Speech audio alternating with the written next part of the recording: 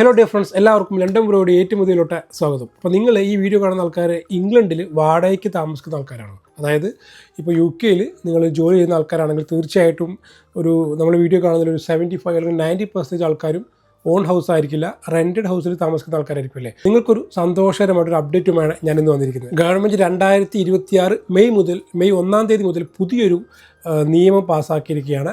റെൻറ്റേഴ്സ് right act 2026. എന്താണ് റെൻറ്റേഴ്സ് rights act എന്നതിനെക്കുറിച്ചും ഇത് നമ്മളെപ്പോലെയുള്ള മലയാളികളായിട്ടുള്ള UK താമസിക്കുന്ന, പ്രത്യേകിച്ച് ഇംഗ്ലണ്ടിൽ താമസിക്കുന്ന ആൾക്കാർക്കൊക്കെ എങ്ങനെയാണ് ബാധിക്കുക എന്നതിനെക്കുറിച്ചാണ് ഇന്നത്തെ വീഡിയോയിൽ നമ്മൾ ചർച്ച ചെയ്യുന്നത്. വീഡിയോ ഇൻഫോർമേറ്റീവ് ആയിരിക്കും.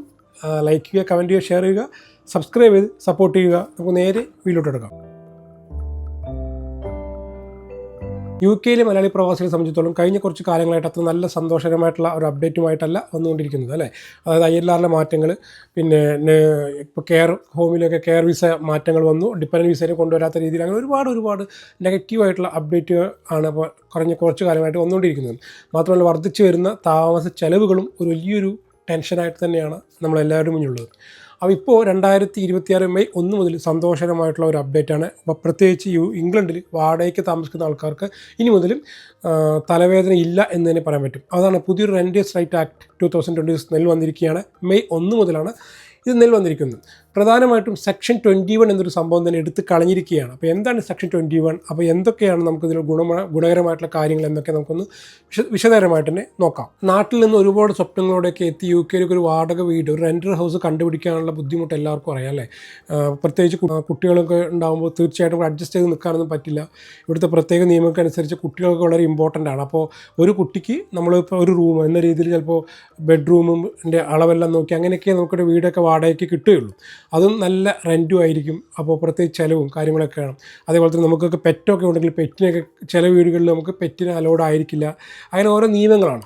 അപ്പോൾ ഇനി മുതൽ 2026 മെയ് 1 മുതൽ വരുന്ന ഇതിലെല്ലാം എന്താ പറയുക, ഒരു ഇളവ് പ്രതീക്ഷിക്കാം. അതായത് പുതിയ നിയമപ്രകാരം ഒരുപാട് നല്ല മാറ്റങ്ങളാണ് വന്നിരിക്കുന്നത്. അപ്പോൾ അത് എന്തൊക്കെയാണെന്ന് പറയുകയാണെങ്കിൽ ആദ്യത്തെ പോയിൻ്റ് തന്നെ, നമ്മൾ ഇപ്പോൾ സാധാരണഗതിയിൽ നമ്മൾ ഇംഗ്ലണ്ടിലൊക്കെ വാടകയ്ക്ക് താമസിക്കാൻ തുടങ്ങുമ്പോൾ നമുക്കൊരു വാടക കരാറുണ്ടാവും. എല്ലാവർക്കും അറിയാം. അത് ചിലപ്പോൾ ചിലതൊരു ഫിക്സ്ഡ് ടൈം ആയിരിക്കും, ഒന്നുകിൽ 6 മാസമായിരിക്കും, അല്ലെങ്കിൽ 2 വർഷത്തിനായിരിക്കും, അല്ലെങ്കിൽ 3 വർഷത്തിനായിരിക്കും.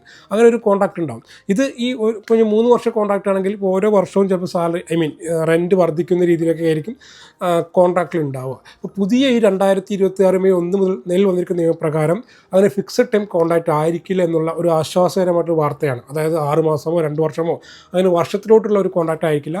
നമുക്ക് ഓരോ മാസവും ഓട്ടോമാറ്റിക്കായിട്ട് ഈ ഒരു കോൺട്രാക്റ്റ് പുതുക്കുന്ന പോലെയുള്ള ഒരു പുതിയൊരു രീതിയാണ് ഇനി വരാൻ വേണ്ടി പോകുന്നത്, അല്ലെങ്കിൽ മെയ് 1 മുതൽ വന്നിരിക്കുന്നത് എന്നുള്ളതാണ് അറിയാൻ വേണ്ടി സാധിച്ചത്. അതായത് അങ്ങനെ വരുമ്പോൾ തീർച്ചയായിട്ടും നമുക്കൊരു ചെറിയ ടെൻഷൻ ഉണ്ടല്ലേ, അവർ നമ്മളെ പുറത്താക്കുമോ. അപ്പോൾ അങ്ങനെ പെട്ടെന്ന് നമ്മളെ പുറത്താക്കാനും കഴിയില്ല. കാരണം അത് കോടതിയിലൊക്കെ പോയിട്ട് നമുക്ക് ചോദ്യം ചെയ്യാൻ സാധിക്കും. മതിയായ കാരണമില്ലാതെ ഒരിക്കലും ഒരു വാടകക്കാരനെ പുറത്താക്കാൻ, ഒന്നുമില്ലെങ്കിൽ നമ്മൾ വീട് വൃത്തികേടാക്കി വെച്ചിരിക്കണം, അല്ലെങ്കിൽ കറക്റ്റ് റെൻറ്റ് കൊടുക്കുന്നില്ല എന്നുള്ള പ്രൂഫ് കാണിക്കണം. ഇങ്ങനെ 1-2 കാര്യങ്ങൾ പ്രത്യേകിച്ച് പറയുന്നുണ്ട്. അതൊന്നും ഇല്ലാതെ പെട്ടെന്ന് നമ്മൾ ഒഴിപ്പിക്കാൻ വേണ്ടി സാധിക്കില്ല. മാത്രമല്ല നമുക്ക് ഒഴിയണമെങ്കിൽ 2 മാസം മുമ്പ് നോട്ടീസ് കൊടുത്താലും മതിയാകും. മുൻപ് ഇവിടെ എന്ന് പറയുമ്പോൾ നമുക്ക് ഒഴിയണമെങ്കിൽ ചില സ്ഥലങ്ങളിലൊക്കെ കേട്ടോ, എല്ലായിടത്തും ഉണ്ടെന്ന് അറിഞ്ഞാൽ, ഇപ്പോൾ ലണ്ടനിലെ കാര്യം പറഞ്ഞു, നമ്മളൊരു സ്ഥലത്ത് നിന്ന് ഒഴിഞ്ഞു പോവുകയാണെങ്കിൽ നമ്മൾ 2 മാസം മുമ്പ് നോട്ടീസ് കൊടുത്താലും ചില ഏജൻസികളൊക്കെ പറയും പകരം അവർക്ക് ആളെ കൊടുക്കണമെന്ന് പറയും. അതായത് നമ്മൾ ഒഴിയുകയാണെങ്കിൽ പകരം പറ്റിയ ഒരാളെ കൊടുത്താൽ മാത്രമേ അവർ ക്ലിയർ ചെയ്ത് തരുള്ളൂ എന്നൊക്കെ പറയും. അപ്പോൾ അങ്ങനെ കുറച്ച് കൺഫ്യൂഷൻസും കാര്യങ്ങളൊക്കെ ഉണ്ടായിരുന്നു. അപ്പോൾ ഇനി മുതൽ അത്തരം പ്രശ്നങ്ങളൊന്നും ഇല്ല എന്ന് തന്നെ പറയാം. അതായത് സെക്ഷൻ 21 റൂൾ അബോളിഷ് ചെയ്തിരിക്കുന്നു എന്ന് തന്നെ നമുക്ക് പറയാൻ പറ്റും. വാടകക്കാർ ഏറെ ഭയപ്പെട്ടിരുന്ന ഒരു നയമായിരുന്നു സെക്ഷൻ 21 എന്ന് പറയുന്നത്. മതിയായ കാര്യങ്ങളൊന്നും ഇല്ലാതെ തന്നെ വാടകക്കാരെ ഒഴിപ്പിക്കാൻ പറ്റും എന്നായിരുന്നു ഈ സെക്ഷൻ 21 പറഞ്ഞിരുന്നത്. അപ്പോൾ ഇനി മുതൽ ഉടമസ്ഥൻ നിങ്ങൾ നേരത്തെ പറഞ്ഞ പോലെ തന്നെ നിങ്ങൾ ഒഴിപ്പിക്കണമെങ്കിൽ മതിയായ കാരണങ്ങൾ കോടതിയിൽ ബോധിപ്പിക്കേണ്ടതായിട്ടുണ്ട്. അപ്പോൾ നിങ്ങൾ വാടക നൽകാതിരിക്കുകയോ, നിങ്ങൾ ആ വീട് കേടുവരുത്തുകയോ, അല്ലെങ്കിൽ വാടകക്കാരനെ അല്ലെങ്കിൽ ആ ഒരു വീടിൻ്റെ ഉടമസ്ഥന് അവിടെ താമസിക്കണം എന്നൊരാവശ്യം വരികയോ, വീട് വിൽക്കണം എന്ന ആവശ്യം വരികയോ, അങ്ങനെയുള്ള മതിയായ കാര്യങ്ങളുണ്ടെങ്കിൽ മാത്രമേ നിങ്ങളെ ഇനി ഒഴിപ്പിക്കാൻ വേണ്ടി സാധിക്കുകയുള്ളൂ. അതാണ് സെക്ഷൻ 21 അബോളിഷ് ചെയ്തു എന്ന് പറയുന്നത്. അപ്പോൾ അത് കറക്റ്റായിട്ട് മനസ്സിലാക്കുക. മെയ് 1 മുതലാണ് ഈ നിയമം നിലവിൽ വരുന്നത്. അപ്പോൾ നേരത്തെ പറഞ്ഞ പോലെ തന്നെ കോൺട്രാക്റ്റിൻ്റെ കാലാവധിയിൽ മാറ്റം വരുമെന്ന് പറഞ്ഞല്ലോ. അതായത് ഫ്ലെക്സിബിലിറ്റി, അതായത് 2 ഇയേഴ്സിനാണ്, 3 ഇയേഴ്സിനാണെങ്കിൽ, 6 മാസത്തിനാണെങ്കിൽ ഒരു ഫിക്സഡ് ടൈമിനായിരിക്കില്ല. പുതിയ നമ്മളിനി താമസിക്കുകയാണെങ്കിൽ, വീട് എടുക്കുകയാണെങ്കിൽ അത്തരം ഫിക്സഡ് ടൈമിൻ്റെ നിബന്ധനകൾ ഉണ്ടായിരിക്കില്ല എന്ന് പറഞ്ഞല്ലോ. അതുകൊണ്ട് ഒരുപാട് ഗുണങ്ങൾ നമുക്കുണ്ട്. കാരണം നമുക്ക് പെട്ടെന്ന് നാട്ടിൽ പോകണമെന്ന് വിചാരിക്കുക, നമുക്കെങ്കിൽ റെൻറ്റ് ഒഴിവാക്കിയിട്ട് ആ വീട് നമുക്ക് ഒഴിവാക്കി 2 മാസം മുമ്പേ നോട്ടീസ് പീരീഡ് കൊടുത്ത് നമുക്ക് വേണമെങ്കിൽ പോവാം. എന്നിട്ട് തിരിച്ച് വരുമ്പോഴത്തേക്ക് നമുക്ക് വേറൊരു വീട് നോക്കിയോ അല്ലെങ്കിൽ ഈ വീട് തന്നെ അവൈലബിൾ ആണെങ്കിൽ എടുക്കുകയോ ചെയ്യാം. അതിൻ്റെ ഗുണം എന്ന് പറഞ്ഞു കഴിഞ്ഞാൽ ആ ഒരു മാസം നമ്മൾ വാടക കൊടുക്കണ്ട. അതൊക്കെ ഓരോരുത്തർ സൗകര്യം അനുസരിച്ചിട്ട്. പിന്നെ ഒരു ബീഡിങ് വാർ എന്നൊരു സംഭവം ഉണ്ട്. അതായത് വാടക കൂടുതൽ കിട്ടാൻ വേണ്ടിയിട്ട് നമ്മൾ ലേലം പിടിക്കാനൊക്കെ പറയില്ല. ഇപ്പോൾ ഉടമസ്ഥൻ എന്ത് ചെയ്യുന്നു, 1500 പൗണ്ടാണ് ഞാൻ ഈ വീടിന് വാടക തരാൻ വേണ്ടിയിട്ട് റെൻറ്റ് ഉദ്ദേശിക്കുന്നത്, നിങ്ങൾക്ക് എത്ര തരാൻ പറ്റും എന്നൊരു ക്വസ്റ്റ്യൻസ് ഉണ്ട്.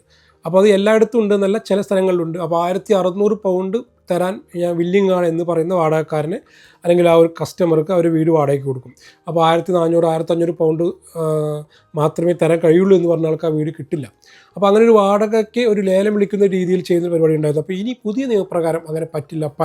അവരൊരു പരസ്യം ചെയ്യും, ഈ ഒരു വീടിന് 1500 പൗണ്ടാണ് വാടക എന്നൊരു പരസ്യം ചെയ്തിട്ടുണ്ടെങ്കിൽ അത് മാത്രമേ ഈടാക്കാൻ വേണ്ടി സാധിക്കുള്ളൂ. അതിനേക്കാൾ കൂടുതൽ തരുന്നുണ്ട് എന്ന് പറഞ്ഞ് ഒരിക്കലും വേറൊരാൾക്ക് ഹൗസ് റെൻറ്റിന് കൊടുക്കാൻ പറ്റില്ല എന്നുള്ളതാണ് പുതിയ നിയമത്തിലുള്ളത്. അതേപോലെ വാടക വർദ്ധിപ്പിക്കാനും വീട്ടുടമസ്ഥന് നിബന്ധനകളുണ്ട്. അതായത് മുൻപത്തെ പോലെ ഇവിടുത്തെ സാഹചര്യങ്ങൾ കൊണ്ട് വാടക വർദ്ധിപ്പിക്കുകയാണെന്നെല്ലാം പറഞ്ഞൊരു മെയിൽ അങ്ങനെ പറ്റില്ല. 2 മാസം മുതൽ നിങ്ങൾ ഇൻഫോം ചെയ്തിരിക്കണം. മാത്രമല്ല വർഷത്തിൽ ഒരിക്കൽ മാത്രമേ വാടക വർദ്ധിപ്പിക്കാൻ വേണ്ടി സാധിക്കുകയുള്ളൂ. അതിപ്പോൾ ഇവിടെയൊക്കെ ഞാൻ താമസിക്കുന്നിടത്തൊക്കെ അങ്ങനെ തന്നെ ഉള്ളൂ. ചില സ്ഥലങ്ങളിൽ ചിലപ്പോൾ എന്തെങ്കിലും റീസൺസ് ഒക്കെ പറഞ്ഞാൽ ചിലപ്പോൾ പല കാരണങ്ങൾ കൊണ്ട് വാടകയൊക്കെ വർദ്ധിപ്പിക്കുന്നുണ്ടാവാം. അതുകൊണ്ടായിരിക്കും ഗവൺമെൻറ് പുതിയ നയത്തിൽ ഇങ്ങനെ ഒരു സംഭവം ആഡ് ചെയ്തിരിക്കുന്നത്. വാടക വർദ്ധിപ്പിക്കുകയാണ് എന്ന് 2 മാസം മുമ്പെങ്കിലും നിങ്ങളെ രേഖാമൂലം അറിയിച്ചിരിക്കണം എന്നുള്ളതാണ്. ഉടമസ്ഥൻ ചോദിക്കുന്ന വാടക അമിതമാണെന്ന് നിങ്ങൾക്ക് തോന്നിയാൽ നിങ്ങൾക്കതിനെ ട്രിബ്യൂണലിൽ ചോദ്യം ചെയ്യാൻ പറ്റും. അതിന് ഉത്തരവ് വരുന്നവരേക്കും നിങ്ങൾക്ക് പഴയ വാടകയിൽ തന്നെ തുടരാനും അനുമതി ഉണ്ടാകും. പിന്നെ മലയാളികളായിട്ടുള്ള ഒരുപാട് പേരുടെ ഒരു ബുദ്ധിമുട്ട്, കുട്ടികളുണ്ട് എന്ന കാരണം കൊണ്ട് പലർക്കും വീട് വാടകയ്ക്ക് കൊടുക്കാറില്ല. അതേപോലെ തന്നെ പെറ്റുണ്ട് എന്ന കാരണത്തിൽ, ഡോഗ് അങ്ങനെ പെറ്റുകളുണ്ടെന്ന കാരണത്തിലും വീട് വാടകയ്ക്ക് കൊടുക്കാറില്ല. കാരണം അത് ചില സ്ഥലങ്ങളിൽ ബാച്ചിലേഴ്സിന് മാത്രമേ വീട് വാടകയ്ക്ക് കൊടുക്കുള്ളൂ എന്ന് എഴുതിയിട്ടുണ്ടാവും.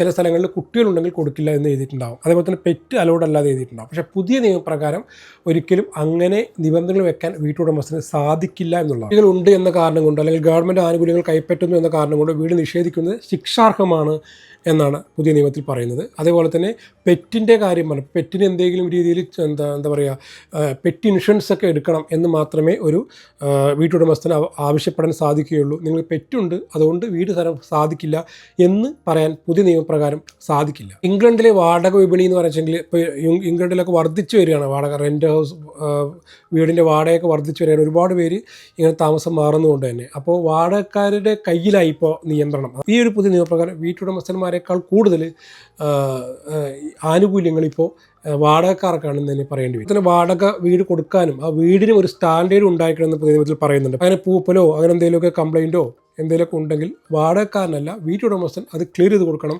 സ്വന്തം കയ്യിൽ നിന്ന് കാശെടുത്ത് അത് ക്ലിയർ ചെയ്ത് കൊടുക്കണം എന്നും പുതിയ നിയമത്തിൽ പറയുന്നത്. അതേപോലെ ലാൻഡ് ലോഡ്സ് എല്ലാവരും ഡാറ്റാബേസിൽ രജിസ്റ്റർ ചെയ്യേണ്ടതുണ്ട്. അത് എന്തെങ്കിലും നിയമങ്ങൾ ഇവർ മുൻപ് ലംഘിച്ചിട്ടുണ്ടോ എന്നെല്ലാം ഗവൺമെൻറ്റിന് അറിയാൻ വേണ്ടി സാധിക്കും. അതേപോലെ ഈ പുതിയ നിയമങ്ങൾ ലംഘിക്കുന്ന വീട്ടുടമസ്ഥരെ 40,000 പൗണ്ട് വരേക്കും ഫൈന് ഈടാക്കാൻ വേണ്ടിയിട്ട് കൗൺസിലുകൾക്ക് അനുവാദം കൊടുക്കുന്നതായും ഈ നിയമത്തിൽ പറയുന്നുണ്ട്.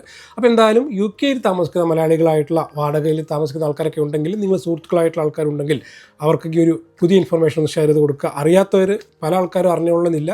എന്തായാലും മെയ് 1 മുതൽ നിലവിൽ വന്നൊരു നിയമമാണ്. അപ്പോൾ ഇതേപോലുള്ള ലേറ്റസ്റ്റ് അപ്ഡേറ്റ്സ് ഒക്കെ അറിയാൻ വേണ്ടി നമ്മുടെ ചാനൽ സബ്സ്ക്രൈബ് ചെയ്ത്, നിങ്ങൾ ആദ്യമായിട്ടാണ് നമ്മുടെ ഒരു വീഡിയോ കാണുന്നതെങ്കിൽ തീർച്ചയായിട്ടും സബ്സ്ക്രൈബ് ചെയ്ത് സപ്പോർട്ട് ചെയ്യണം കേട്ടോ. എന്നാൽ മാത്രം ഇതേപോലുള്ള ലേറ്റസ്റ്റ് അപ്ഡേറ്റ്സുമായിട്ട് എനിക്ക് നിങ്ങളുടെ മുന്നിൽ ഇനിയും വരാൻ വേണ്ടി സാധിക്കുകയുള്ളൂ. അപ്പോൾ മറ്റൊരു വീഡിയോ കാണാം. അതുവരെയും bye, see you, thank you for watching.